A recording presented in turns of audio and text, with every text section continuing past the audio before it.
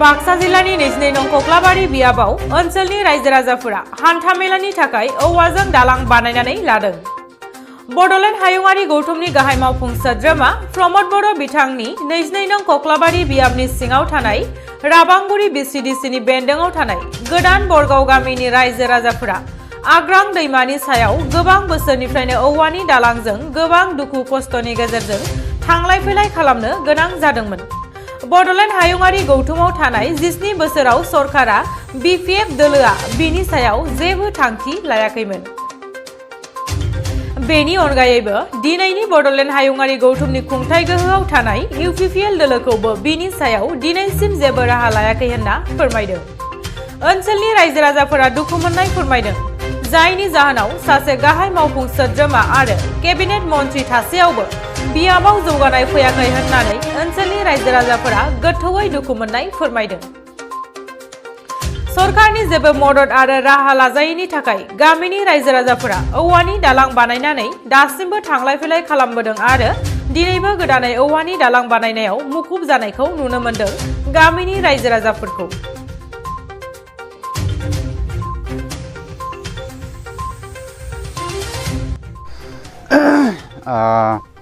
बे दालांनि सोमोन्दै दा जोङो मोनसे रायजो राजा जमा जानाय जादों।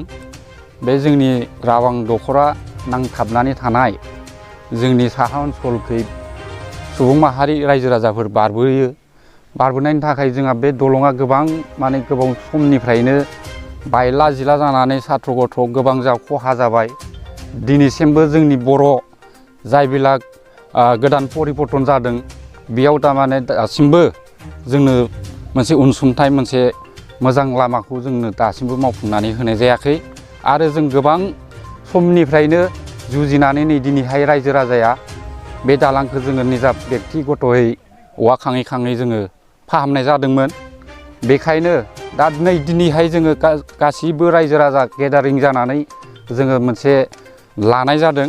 बे लानायनि थांखियानो जाहैबाय गोबां गथ' गथाया खस्थ' मोनबाय, खस्थ' मोननायनि गेजेरजोंनो दिनैसिम नायसननाय जायाखै आरो थांनाय जिखिनि 17 बोसोर सलायनाय अबस्थायावबो लादोंसो होनना बुंदोंमोन, दिनैसिमबो खुनु दिन्थिफुंनाय जायाखै।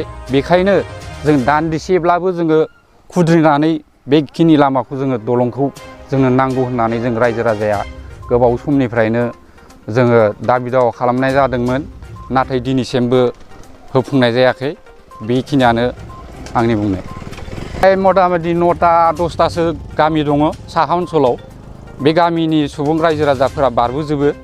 दा जोंनि बे राबां दखरायावनो गासिबो जमा जानानै फुजा फोरबो बर' बाजारखौ खुङो आरो मिसन बायदिसिनायाव गथ' गथाय बेयावनो होफैजोबनाय जायो आरो बेल' नङा, गोबां सक बाजार जानायावबो बेयावनो जोङो जुथुमायै थांलाय फैलायखौ जोङो खालामनाय जायो। बेयो आग्रां दैमा हाग्रानिफ्राय मोनफैनाय मानासनिफ्राय। दैया जोङो नै दा रानथारा, ओमफ्राय नै दैज्लां बैसागो समनिफ्राय जोंहा गोबां दैया गेदेर जानानै जोङो बेयाव थाबायनो हाया, बारबोनो हाया। बिनि हालोदा जों बिराद गाज्रियाव थानांगौ जायो।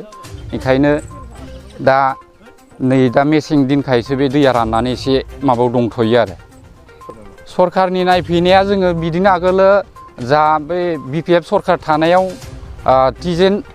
थानेस्वर एमएलए आ होनदोंमोन जे नोंसोर बेखौ खुनु माथा सानो नाङा, जोङो जाखाबाय, जों होखाबाय। आरो बुद्धिनाव जों थांदोंमोन, बेखौबो जोङो नायनानै थांनानै खेबनै खेबथामसो जों दरखास्त' हैनाय जादोंमोन। बेयावबो बुद्धिया होननाय जादों जे जों होखानाय जाबाय, बेयाव नोंसोर खुनु टेनसन लानाङा। जों আগ্রাং নদী বলে কয়, এতিয়ালৈকে অন্তত আজি বহু বছৰ হৈ গ'ল এই দলংখন এতিয়ালৈকে হোৱা নাই। আমাৰ এই নতুন বৰগাঁও, আমাৰ এই ওচৰত যিকোনো ৰাইজেই আছে এইটো বাট তুলি এইটো কাম কৰি আছে, তথাপিও বাৰিষালৈকে ইমান দলংটো ভাল নাথাকে। এতিয়া খৰালি মাহত এই দলংখন তেওঁলোকে দি আছে। আমাৰ এই আপ ডাউনৰ কাৰণে এইটো আমাৰ ৰাস্তা বিৰাট ভাল। এই গতিকে এনেকৈ ঘূৰি যাওঁতকৈ এইটো চিধা ৰাস্তা হয় আমাৰ বৰবাজাৰলৈকে। তাৰ কাৰণে আমাক এইটো চৰকাৰে অনুদান দিয়াৰ কাৰণে এইটো আমি আহ্বান কৰিছোঁ যে পাকা দলং হয়তো কাঠৰ দলং দিলেওতো ভাল হ'ব এই বুলি ভাবি আছিলোঁ এতিয়ালৈকে কি কয় থানেশ্বৰ MLA কিবা কোনোবা আহি এই দলংখন চাই গৈছোঁ তথাপিও এতিয়ালৈকে হোৱা নাই আমাৰ যান বাহন কাৰণে এইটো দলংখন লাগে আৰু এই ৰাস্তা অন্ততঃ ৰাঙিদাৰলৈকে যায় বেতবাৰী থাইজুগুৰিলৈকে যায় চিধা হয় নাই এনেকৈ আমাৰ এই ফৰেষ্টত যোৱাৰ কাৰণে এইফালে আমাৰ বেতবাৰী থাইজুগুৰি লন্থিবাৰী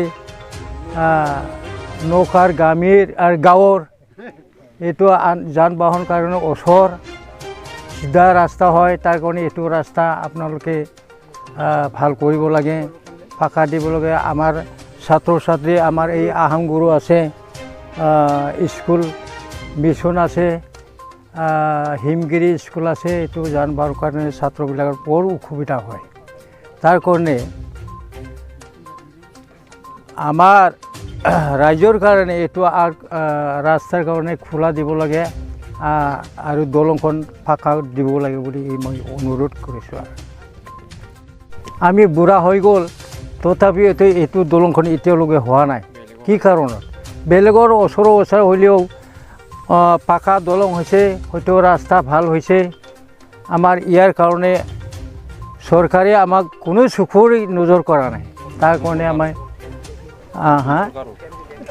ৰাস্তাখন এনে কি আমাৰ প্ৰথম অৱস্থাত আমাৰ এই ৰাবাং বাথৌ আঞ্চলিক এইটো কাম কৰি আছিলে এতিয়ালৈকে এইটো ৰাস্তাত দেখুৱাই দিছিলে তথাপিও এইটো কোনো শিলো দিয়া নাই কিয় দিয়া নাই এইফালে পইচা পাই আছে না কি আছে এই ঠিকাদাৰবিলাক জানে আৰু তেওঁলোকে কি কৰিছে তথাপিও এতিয়া যিকি নহওক আমাক এইটো ৰাস্তাটো লাগে দলংখন লাগে বুলি মই অনুৰোধ কৰিছোঁ আৰু কাৰণে ছাত্ৰ ছাত্ৰীৰ কাৰণে এইটো সুবিধা লাগে হৈছে না